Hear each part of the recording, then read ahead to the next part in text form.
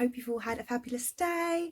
I just wanted to check in and document more of my pregnancy, as I am now in the 3rd trimester and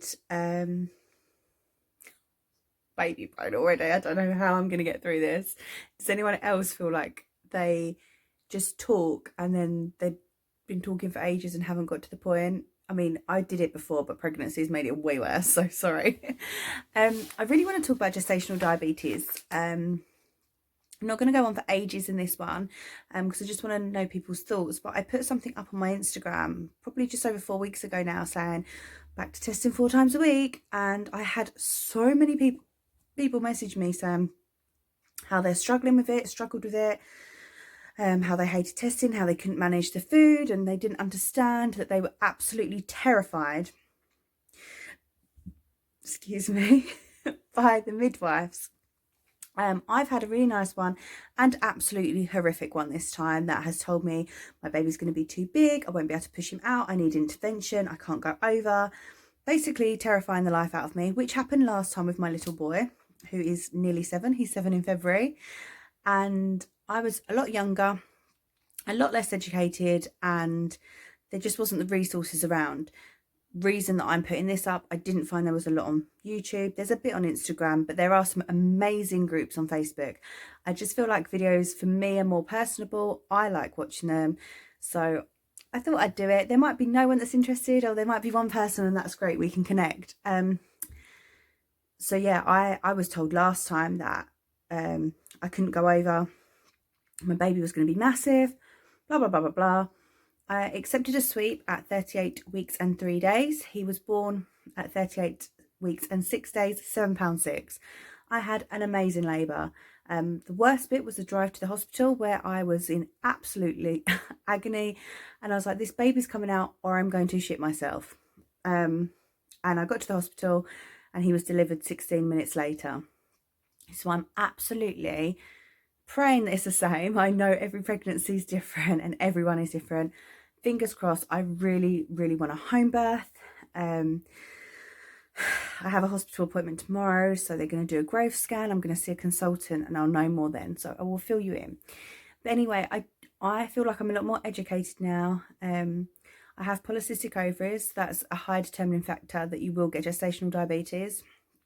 But because of that, when I lost weight with my son after, I really researched polycystic ovaries, and they do kind of treat it in terms of being a diabetic with a low GI diet. So I'm really clued up with that. So I know great foods to eat. So as soon as I started testing again, I got back to those. My breakfast, lunch, dinner fastings, my readings, sorry, have all been well under, like not even 1 or 2 points under, like they are fantastic, and I'm really happy with that.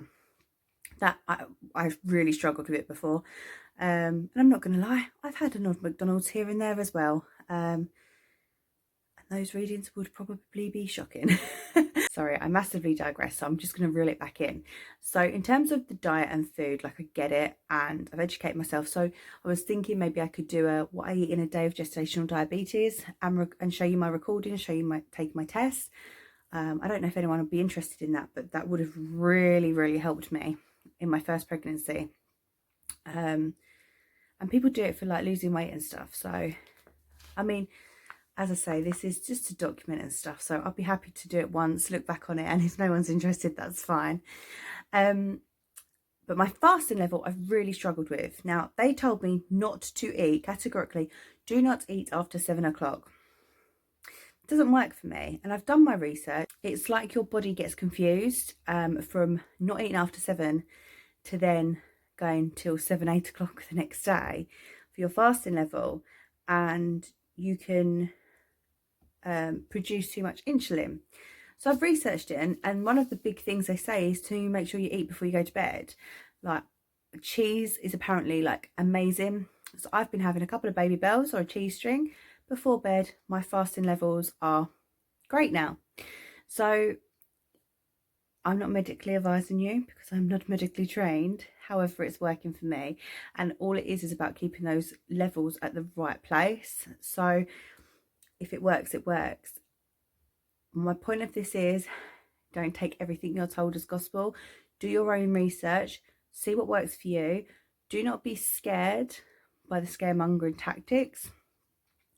As I say, there's some fantastic groups on Facebook where people are really educated and they're happy to share their experiences and their knowledge. I just don't think that every time there's something wrong that it needs intervention. Like, of course there are reasons to, I'm not taking that away, every pregnancy is different. However, with gestational diabetes, if you can control it by diet and you are given the tools to do that, there's no reason why you can't have your natural birth that you may want. So yeah, I want to talk about the complications, the scare tactics, or the scare factor, because it is scary. I mean, I got told that I wouldn't be able to deliver my baby and he was going to be massive, and he was 7.7 pounds 6. I had a great labour, and it's not always the case. These growth scans are notorious for not being accurate. So yeah, I kind of want to reach out and build like a little community of people in the same sort of trimesters as me, that may have gestational diabetes. So yeah, this is kind of more of a ramble video. But yeah, I'm thinking about doing that. I mean, my content is going to be mostly family and pregnancy based. I do run several businesses, and I will be maybe doing some content on how I started those, how I ran them as a single mum before I met my partner, how I'm going to be able to do it having a baby. Yeah, so please do subscribe if you want to see more, and let me know if there's anything with gestational diabetes you'd like to see. Pop it down below. Also, this makeup, I don't want to give you false pretenses. I wear full face of makeup when I'm 32 weeks pregnant tomorrow, and that is not the case. This is baby brain at its finest. I'm a photographer, so I asked my partner to spontaneously take some pictures of me down on the beach in silhouette, meaning my face is in darkness, but I thought it was a great idea to do my makeup still. So yeah. Anyway, I hope you had a great day, and I'll catch up with you soon. Bye.